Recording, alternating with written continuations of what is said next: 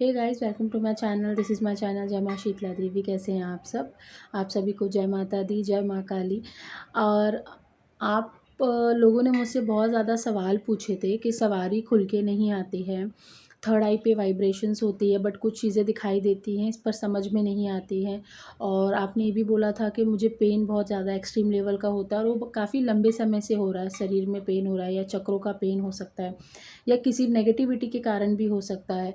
तो अभी आपने टाइटल तो देख लिया होगा कि टाइटल तो यही है कि मंदिर जाने के क्या क्या फ़ायदे आपको हो सकते हैं।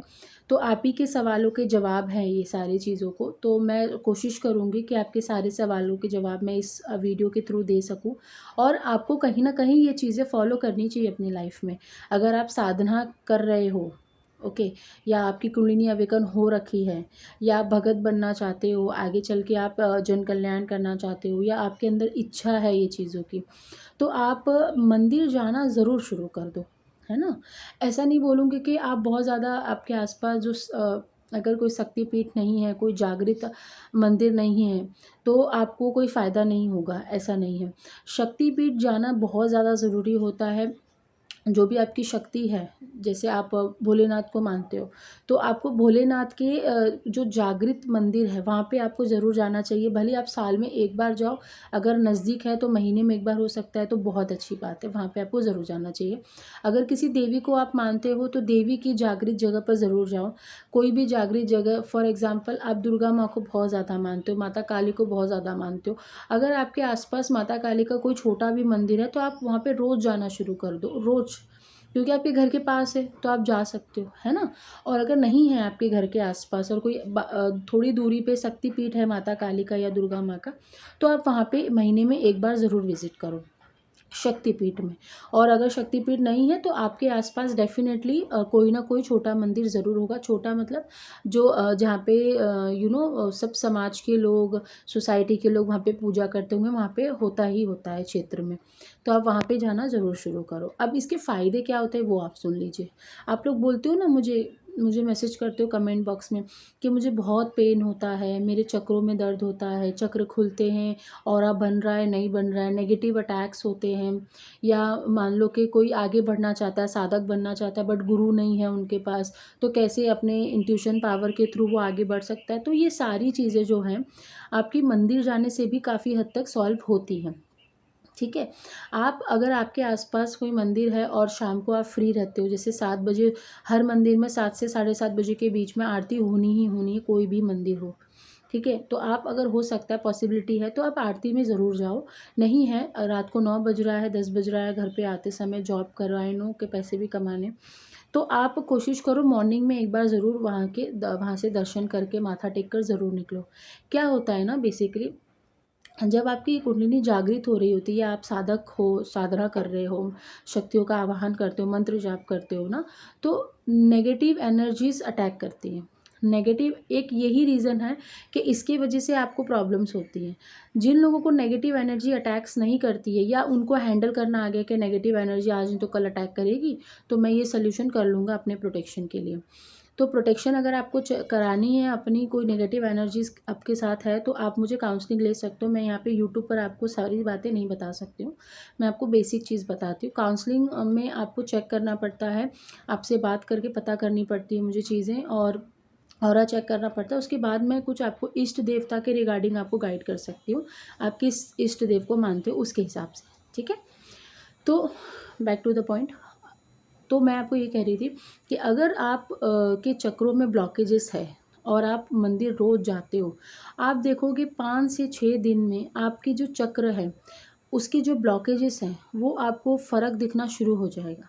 अब आप बोलोगे कि कैसे फ़र्क पड़ेगा? हर चक्र के ब्लॉकेजेस होने के सिम्पटम्स होते हैं, वो सिम्पटम्स आपके कम होने शुरू हो जाएंगे। अगर आप शक्तिपीठ जाते हो तो आपको सवारी तक आ सकती है। सवारी मतलब माता या बाबा या हमारे जो भी हमारे देवी देवता, जो हम इष्ट देवता के प्रति भक्ति रखते हैं, वो पूरे खुल जाते हैं वहाँ पे। आपकी जो बॉडी है वो बहुत ज़्यादा शुद्ध हो जाती है, शक्ति की जो एनर्जी होती है वो बहुत ही ज़्यादा बढ़ जाती है, जिसकी वजह से बॉडी में जो होता है वाइब्रेशंस होती हैं और सर घूमता है। आपने देखा होगा कि बहुत सारे स्थानों पर, बहुत सारे धाम दरबार पर लोग नाचते हैं, सर घूमता है, हाथ पैर हिलते हैं, किसी किसी का कोई पार्ट्स हिलता है, बॉडी पार्ट, पैर हो गए, हाथ हो गए, सर हो गए। तो ये सवारी आती है। ये कब आती है? जब आप पूरी तरीके से अपने चक्रों को बैलेंस करके आप इतने ज़्यादा भगवान की सेवा भक्ति भाव में लग जाते हो, तब जाके वो अपना जो सवारी है वो प्रदान करते हैं। ऐसे वो सवारी नहीं प्रदान करते हैं किसी को भी, ठीक है। तो ये चीज़ें होती हैं। रोज़ मंदिर जाओगे, रोज़ आरती अटेंड कर सकते हो तो वेल एंड गुड है, बहुत अच्छा रिजल्ट मिलेगा। वहाँ से क्या होता है वो भी आप सुन लीजिए, क्या फ़ायदे हैं वो भी मैं आपको बता रही हूँ। पहला फ़ायदा ये है कि आप जब मंदिर जाओगे ना तो आपके साथ ना वहाँ से जो छोटी शक्तियाँ होती हैं और जो प्योरेस्ट शक्तियाँ होती हैं वो आपके घर तक आती हैं। ठीक है, वो घर तक आएँगी, आपको देखेंगी, आपको सँभालेंगी, आपको पढ़ेंगी, क्या कर रहे हो, क्यों परेशान हो, फिर आपको वहाँ से निकालने की कोशिश करेगी। लेकिन ये तभी पॉसिबल है जब आप रोज़ जाते हो। या तो शक्तिपीठ जा रहे हो तो एक दिन आप महीने में ज़रूर जाने की कोशिश करो। उससे क्या होता है कि इस शक्तिपीठ में इतनी बड़ी-बड़ी पॉज़िटिव एनर्जीज़ रहती है, तो वहाँ से आपको साथ पॉज़िटिव एनर्जी ज़रूर आती है। वो आपको देखती है और आप मंत्र जाप करते हो तो प्रोटेक्शन भी देती है, सब कुछ देती है। इसलिए मंदिर जाना बहुत इम्पोर्टेंट होता है। दूसरी चीज़ है, जैसा मैंने कहा कि चक्र में ब्लॉकेजेस होते हैं, सिम्पटम्स बहुत ज़्यादा गंदे लगते हैं, बहुत शरीर में पेन होता है, जकड़न होती है, आलस रहता है।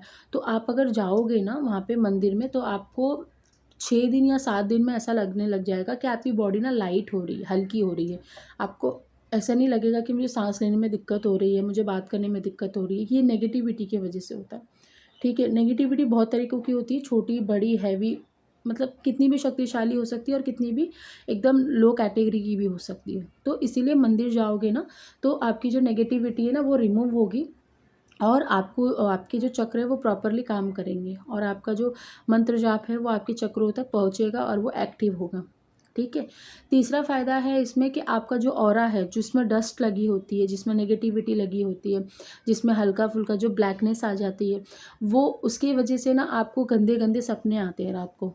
तो अगर आप मंदिर जाते हो, तो आपका ऑरा भी शुद्ध होना शुरू हो जाता है और ऑरा की जो लेयर्स होती है ना, वो बहुत ज़्यादा एकदम स्ट्रॉन्ग हो जाती है। मतलब आपने वो देखा होगा ना कि रबड़, आपने देखी होगी रबड़ इतनी मोटी होती है या कोई-कोई इतनी पतली होती है, लेकिन रबड़ को आप अगर रबड़ को काटो, जलाओ तो उसको बहुत ज़्यादा समय लगता है या फिर वो कटेगी भी नहीं, ऐसा भी होता है किसी-किसी केस में।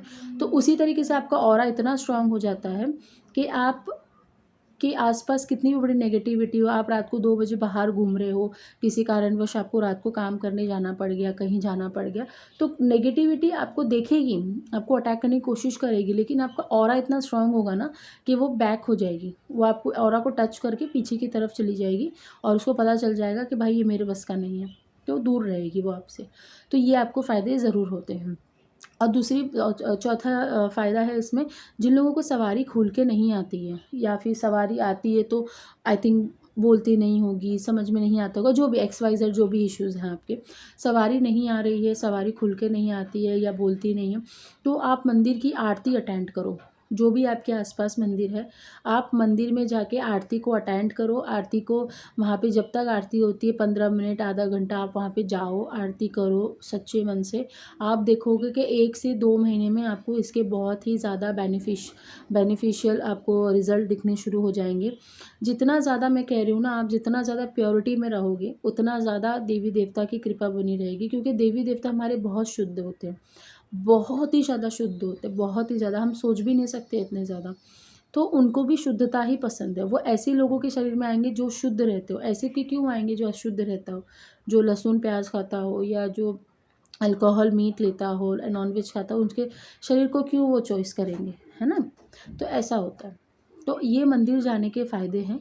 जिन लोगों को भी डिफ़िकल्टीज़ है, जैसे पैसे की तकलीफ़ है, जॉब नहीं हो रहा है, फिर भी मंत्रों का जाप कर रहे हैं और कोई रिज़ल्ट नहीं मिल रहा है, तो काउंसलिंग ले लो। काउंसलिंग में मैं बता दूँगी क्या करना है। नहीं काउंसलिंग ले सकते हो तो मंदिर रोज़ जाना शुरू कर दो। रोज़ जाओ, एवरीडे आपको मंदिर जाना ही चाहिए।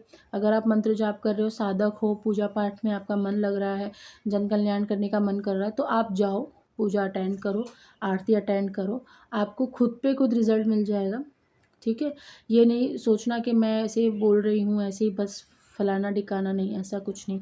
आप जाओ, क्योंकि ये मेरा अनुभव है। इस चैनल पे जितने भी वीडियोज़ हैं वो सारे मेरे अनुभव को लेकर है, ना कोई किताब को पढ़ा है, ना कुछ पढ़ा है मैंने, कुछ ऐसा नहीं है। तो आप जाओ मंदिर, आपको फ़ायदे डेफ़िनेटली होंगे। और ये वीडियो को शेयर करो, अगर कोई आस-पास का कोई प्रॉब्लम्स में फँसा हुआ है ये सारी चीज़ों को लेकर, तो उनको ज़रूर ये वीडियो शेयर करना, और वो आपको को भी ब्लेस्ड करेंगे कि आपने उनको उनकी जो प्रॉब्लम है वो सॉल्व कर दी काफ़ी हद तक, क्योंकि आज के डेट में ये सारी प्रॉब्लम्स हर किसी को है। तो ये जितना ज़्यादा आप शेयर करोगे ना, उतना ज़्यादा आपको भी ब्लेस किया जाएगा। आपको भी बोला जाएगा कि मैं एक बहुत ज़्यादा समय से फँसा हुआ था या फँसी हुई थी, आपने मुझे बता दिया क्या करना है आगे। ठीक है? सो टिल देन बाय, नमस्ते। और कोई सवाल जवाब, वीडियोज़ वगैरह कुछ भी आपको जानना है, पूछना है, मेरे ईमेल आईडी पे आप मेल करो कॉन्टैक्ट नंबर के साथ, और अपनी प्रॉब्लम्स के साथ मैं आपको कॉल करके काउंसलिंग दे दूँगी। ठीक है? Till then bye.